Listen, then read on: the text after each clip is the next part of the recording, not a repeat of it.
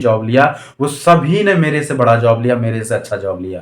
तो आप ये कभी मत समझिए कि यदि आप एसएससी जीडी में किसी स्टेप में रह गए या कहीं पे रह गए तो आपके पढ़ाई में कमी था या आप में कोई कमी है। कोई कमी नहीं है, कोई दिक्कत नहीं है, ये हर इंसान के साथ होता है। दोस्तों, आज बात करने वाले हैं हम एसएससी जीडी के बारे में, उन लड़कों के बारे में जो कि बहुत मेहनत की है इसमें और उन्होंने इसमें जानते हैं कि आपके ज्वाइनिंग तक आने में कितना स्टेप है। सबसे पहले आपको एग्जाम देना पड़ता है, फिर आप फिजिकल निकालते हैं, फिर मेडिकल निकालते हैं, फिर जो है जाके आपका मेरिट बनता है और फिर ज्वाइनिंग होता है। ये जो हमने जितना आसान से बोल दिया ना कि एग्जाम निकालते हैं, फिजिकल निकालते हैं, वो मेडिकल निकालते हैं और मेरिट, इतना आसानी से होता नहीं है। जितने भी लड़के उन सभी को पता होगा कि कितना मेहनत है, कितना परेशानी है, और खास करके उस स्टेप में जब बहुत लड़के इसमें छटे तो मतलब बहुत दुख होता है। बहुत लड़कों से मिला, बहुत लड़कों ने कॉल किया, बहुत से पता चला, जब फाइनली जाके जब वो मेडिकल में छटते हैं तो बहुत मतलब छोटी छोटी चीज़ के लिए।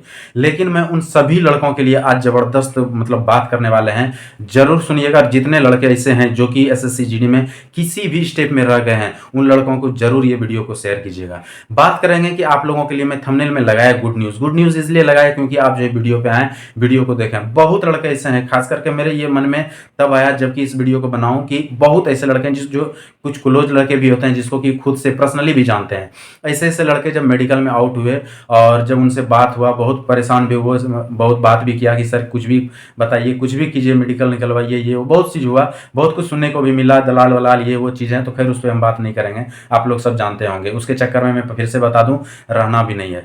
दूसरी बात है, सभी को मैं बता दूं, जब आप मेहनत करते हैं, जब तैयारी करते हैं, जो इस स्टेप तक आ गए, चाहे वो फिजिकल में ही क्यों ना रह गए हों या फिर आप एग्जाम में ही क्यों ना रह गए, मैं एक कहानी आपको बता देता हूँ। एक छोटा सा कहानी, आप सभी जानते होंगे, सभी के परिचित हैं खान सर, सभी जानते होंगे, सब ने जानते होंगे। क्या खान सर कोई नॉर्मल आदमी तो नहीं लग रहा होगा आपको? क्या उनमें कोई क्वालिटी में कमी है या क्या दिक्कत है जो कि उनका गवर्नमेंट जॉब नहीं हुआ? जान लगा दिए थे उन्होंने। बहुत में बोला भी है कि मुझे आर्मी का बहुत शौक था, मैं एनडीए का एग्जाम दिया था, ये वो बहुत सब चीज़ में, मतलब बहुत आर्मी का खास करके तो बहुत शौक था उनको कि एक वर्दी का उनको। खैर ऐसे भी बचपन से ही जब बड़े होने लगते हैं तो वर्दी का बहुत शौक होता है लड़कों को। कुछ कुछ को तो ओरिजिनल में जुनून रहता है, पागलपन होता है, वो पागल की तरह लगे भी रहते हैं।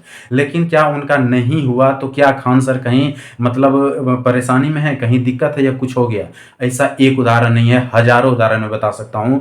मैं अपना ही आपको एक उदाहरण बता दूं कि जब मैं जॉब ले रहा था, मैं बहुत कम समय में जॉब ले लिया था और उस समय मेरा उम्र 20 साढ़े 20 साल में मैंने जॉब ज्वाइन कर गया था। उसी समय मेरे जो और भी दोस्त लोग थे जिन्होंने की जॉब ज्वाइन नहीं कर पाया था, मैं बता दूं उन समय उनको बहुत दुख हुआ था।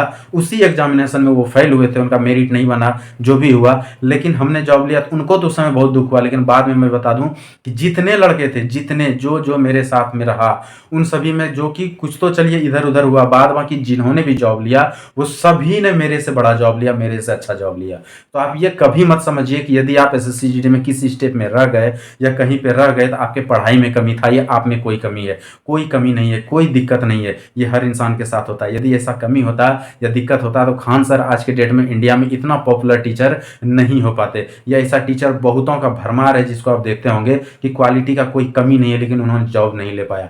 तो जॉब नहीं हो पाना, जॉब नहीं ले पाना, ये कोई आपके क्वालिटी को नहीं दर्शाता है या आप में आपके मेहनत को नहीं दर्शाता है, या ऐसा कुछ नहीं है। कुछ लक वगैरह भी होता है, कुछ लक फेवर भी करता है। उसी चीज में जिसमें आपको मेडिकल में अनफिट किया है ना, मैं बहुत बता देता हूँ, उसी चीज में बहुत सेंटर में लड़कों को फिट कर दिया होगा। वो डॉक्टर के मन पे है कि किसको फिट करे, किसको अनफिट करे, छोटा मोटा चीज। वैसे जो जेन्युइन होता है उसमें तो अनफिट करते ही हैं, फिट करते ही हैं, लेकिन कुछ मैटर तो है छोटा मोटा चीजें जहां पे आपको फिट किया होगा दूसरे को अनफिट कर दिया होगा, दूसरे को कहीं पे अनफिट किया होगा, आपको यहाँ फिट कर दिया।